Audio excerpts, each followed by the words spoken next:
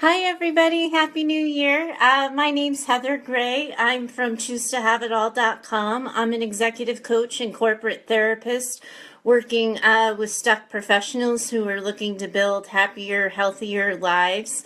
This year for 2017, I kicked off a brand new challenge, a resolution reboot for 2017 that I invited people from my community to join, and you are certainly included to join in that invitation if you'd like as you watch this video. What I've created is a 6-day challenge to get people focused and set up for success for their New Year's goals. I'm not really a fan of New Year's resolutions because I think they set people up to fail. I think there's these quick wins and quick goals that people sort of hope for themselves, but they don't have the plans or the strategy for getting things done for themselves. So what I did is I created a week-long course for people where no matter what your goal is for the new year, you'll be able to make it, because I'm going to be going through the tips and strategies you need to set your goals up for success. Before I jump in, though, I just wanted to tell you a little bit about myself and how I got here. So those of you who don't know me, my name's Heather Gray. I have a clinical social work degree. I've been working for 15 years in the mental health counseling field. And last year, I transitioned my business from a brick and mortar private practice to an online coaching business. And I've been working with people who are looking to live bigger, bolder, more daring lives and are a little stuck on how. I think that a lot of people talk about being happy. There's a lot of people who want to choose happiness, and I am a huge advocate for that. But I think one of the things that happens is that people don't always know how, especially when life happens and especially when there's obstacles in the way. And I'm somebody who's reinvented her career 2 or 3 times at this point. So I've had a couple of startovers in my life and a couple of reboots. And one of the things that I've learned a lot about is that when you have a goal, it's not as easy to just simply say it out loud and wish it to be true and possible. You have to have a plan for it. And so that's why I'm starting off this course with people who have been in my email community, and I also have a private Facebook group. Hey, Lynn, hi, nice to see you. Thanks for joining. It's good to see you. So I've created a community of people who want to share in that vision, but sometimes they get stuck on how. And what I want you to kind of think about as I go into today's material is whatever your goal is for this year, even if you just have a goal for today or for the week, however you go about setting up your goals, I want you to ask yourself 3 questions, because I think a lot of times we skip this step, and that's one of the reasons why resolutions can so often get set up to fail. So what I want you to start thinking about is, who do you want to be? What do you want your life to look like? And how do you want to move through the world? And those are huge questions with really big answers that no amount of time on Facebook Live could help you figure out in one sitting. But I want you to think about those things as the frame. When you're thinking about a goal, whether or not it's to save more money, to reduce debt, to lose 10 pounds, to travel more, to tackle some hard conversations with people and relationships that you might have where things aren't going well, or your needs aren't getting met, or you're worried about the status of the relationship, before you tackle some of that, you kind of have to get really clear and centered and focused on who you are and how you move through the world. Because if you don't check in with yourself on those things, you have no ability to set yourself up for success and making them come true. Because what ends up happening is you build your life around other people and about their preferences, around what's easier for them, around the people you're responsible for taking care of. I know I have several moms in this group. And I know that this is a huge mom thing and a parent thing in general, that your needs end up getting put on the back burner because you're taking care of the kids, you're taking care of your partner, you're just doing a whole lot of taking care of other people. And if you're not clear on who you are and how you move through the world and what you need to be successful, and you don't include that in your daily decision making, you're putting yourself off the list. And it's the number one reason why you're going to fail, is because because you're not catering the way you move through the world to set you up for success? So those are really big questions, and I thought it'd be helpful if I kind of broke it down for you a little bit. So when I think about this, and these are usually the three core questions I start off when I'm working with folks, this idea of who do you want to be, how do you want to move through the world, what do you want your life to look like? It usually starts with a feeling, or it starts with some sort of picture, image, just some sort of gut reaction. I want things to feel less stressful. I want to feel less frenetic. I want more time for my hobbies. I want to see my friends more regularly. I want to have family moments that don't feel crushed in between chores and responsibilities. Usually there's these kind of phrases or ideas or sentiments that start to come to mind when I talk about these things. And when I think about like, how do you want to move through the world, that's kind of about like getting in touch with your spirit, right? Like, who are you? How do you talk to people? How do you move? Because if you're trying to accomplish great things, but you're an introvert, you're going to do that way differently than an extrovert will, because an introvert may take more steps to get to their destination, whereas an extrovert can kind of show up as is, start talking, and just have at it. It's funny because in this online space, I talk to people all the time about live video, and so many people tell me that they have these scripts and they have these outlines and they have these, ways of talking to people that are really specific and rigid and organized. And that just so isn't me. I'm so organized and rigid in other ways. But when I'm talking to people, it just doesn't work, because then I start focusing on the script and I lose track of the conversation that I'm having with folks. So I tend to get really clear with what my message is, and then I just wing it for the most part, which is why you'll probably find me getting distracted from time to time or losing my place. But my goal is in really building a genuine connection. And in order to do that, I can't have a script.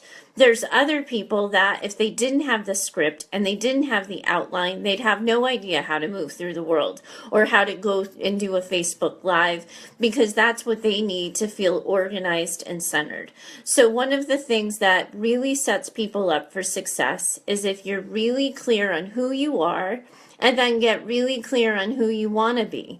Because those are the types of things that when you're facing a decision, any decision, from small to big, if you can get yourself clear and centered on that idea, is this something that's going to bring me closer to the person I want to be? Is this going to build my life closer to how I want my life to look like? Or is this going to take me further away? And as you start to examine that, you're going to start to see how your goals fit in with that, how your resolutions fit in with that. And if there's not a match, if you have this big goal to start like a public speaking career, but you're hugely introverted, you're going to need 50 million steps to get there. And you're going to need to be patient for the process. You're going to need to respect yourself and your needs much differently than somebody who can kind of get in front of a crowd and start talking. So one of the things that it's really helpful for you is if you recognize who you are, how you naturally go about things, and you start making decisions that are consistent with that, that support who you are, you're way more likely to be set up for success. So one of the examples I can easily think of is that several years ago, I was about 50 pounds heavier. I was always kind of a plus size person, but I had certainly over the years had put on quite a bit of weight, and it got to the point where I wasn't comfortable moving in my skin. I didn't like the way I felt about myself, and I made a decision to start losing weight. The last thing I could have done where I was is show my face in a gym, because I was too embarrassed. I didn't like the way my body felt when I was moving. I got out of breath really quickly. I got too self-conscious to really do the work. In order to be successful, I had to work out at home. And I know that resolutions at this time of year, a lot of times people start focusing on their health and on their wellness. And I'd really like to encourage people not to get so focused on numbers and all of that, but to start focusing on how you want your body to feel. But at the time, if my goal was to go to the gym, I never would have made it to the gym because I would have been too embarrassed. I would have just stayed in the parking lot. Oh, sorry. story a warning came up on my iPhone. I just realized as I'm talking to you that I forgot to set my settings. Sorry about that. Live video. But in any case, one of the things that I really needed to do to set myself up for success was figure out resources where I could work out from home. And then once I did that and I didn't have to worry about being self-conscious, I was able to start working out at a healthy pace and I lost the weight. It would never have happened if I made my goal to go to the gym. So if you have health and wellness goals, you absolutely need to start thinking about how you want your life to be, and what you want your body to feel like, but you also have to know yourself well enough to know what's realistic for you. Because, the other thing too is that you know what your life is like, you know what the demands on it are placed, you know who's relying on you. And if you make one more obstacle for yourself to put yourself outside your comfort zone to get the goal done, on top of everything else you're managing, it's just too easy to quit. And I think that's actually why resolutions are set up to fail a lot of the times. And so one of the things I really encourage you to think about as you're looking at your goals, and it's totally okay if you don't have one yet. In fact, I would actually probably, if you don't already have something set in stone, maybe take this week's worth of lessons in course and see what you end up with after you explore the different skills and strategies I'm going to talk about. That's totally fine, and it might even be in your best interest. But you kind of want to be unapologetically you, and recognize that as you move through the world, as you take care of yourself with your preferences in mind a little bit, you get better at everything. Recently, over the past month or so, as I've looked at the way my own life has changed as I've built this business and transitioned from a local brick and mortar to an online business, I realized that I'm simply busier than I used to be. It used to be when I was in a brick and mortar private practice that if I didn't have a client, I actually had a good amount of free time. It would be a full hour where I could call a girlfriend and check in. I could send an email. I could run an errand. And now that I'm building my business, it just feels like every moment of my day something is being asked of me, or I'm asking something of myself because I'm my own boss, and I have pretty high expectations for myself too. But if I look at all of that, one of the things that was happening is that I started to feel bad that I don't have as much time for my social life that I used to. I don't see my friends as often. I don't talk to them as often. And I've been feeling really guilty about that. One of the things that was interesting for me to see over the past holiday season, as more obligations started coming up, was that I was busier. I was working on my business, but I was also planning Christmas Eve. I was building my business, but I was also getting ready for Christmas Day and all of the other additional responsibilities that get piled on top of us during the holidays. And I kind of went a little nuts. Like I found myself more irritable, edgy, cranky. And those of you who know me, know that that's not really me. I'm not a cranky, edgy, irritable person. And one of the things that sort of mood switch kind of reminded me of is that's why I don't move through the world in a busy, frenetic, disorganized way, because I'm not my best self when I operate that way. So even though I had to do it like many of you did during the holidays, I know that I do better when I space out my social obligations, when I give myself regular time for myself. I'm infinitely better at everything. So as I start looking towards my own goals for 2017, I'm having to take that into consideration. I can't pretend to be something different. I can't suddenly say, regardless of what's going on in my life, I'm going to make more time for my friends, because I'll just end up failing. But what I can say is, in the moments that it matters most, I'm going to show up for my friends. That's a more realistic promise for myself, rather than saying something completely general that I'm just going to be more socially able for my friends, because the reality is I don't even know that I want that.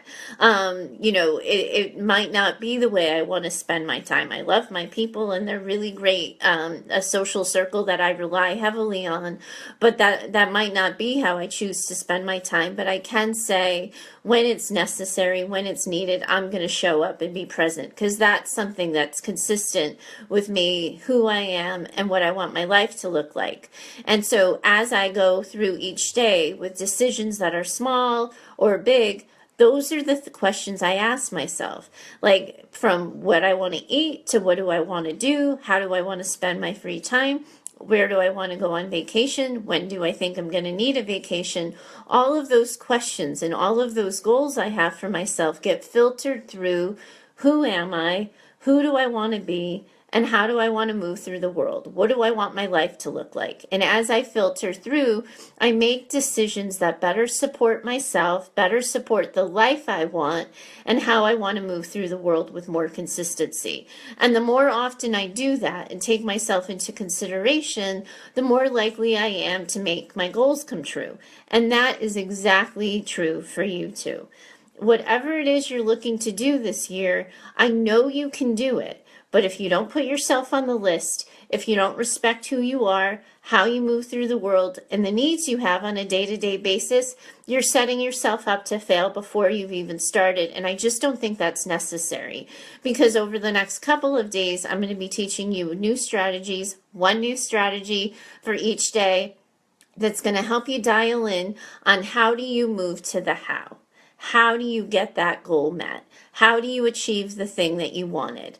And it'll get you organized and focused, but it only works if you sign up for the course and you open those daily emails and you give some thought and consideration to the ideas and suggestions I'm offering. So I'm going to include a link to the course at the comments section below this video.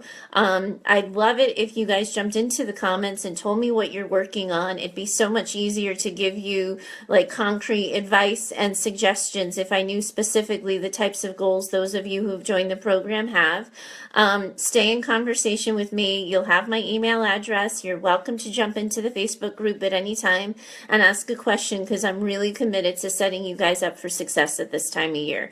I iffy about resolutions, and I've said that, but I really do believe that with a plan and organized strategies, we can all accomplish the goals we've set for ourselves for 2017. So thanks for sticking with me for today. Those of you who are in the course and didn't catch all of this video, I'm going to send it on in a link in today's email, and I look forward to hearing what you think. Thanks so much, everybody. Have a great day. Happy New Year.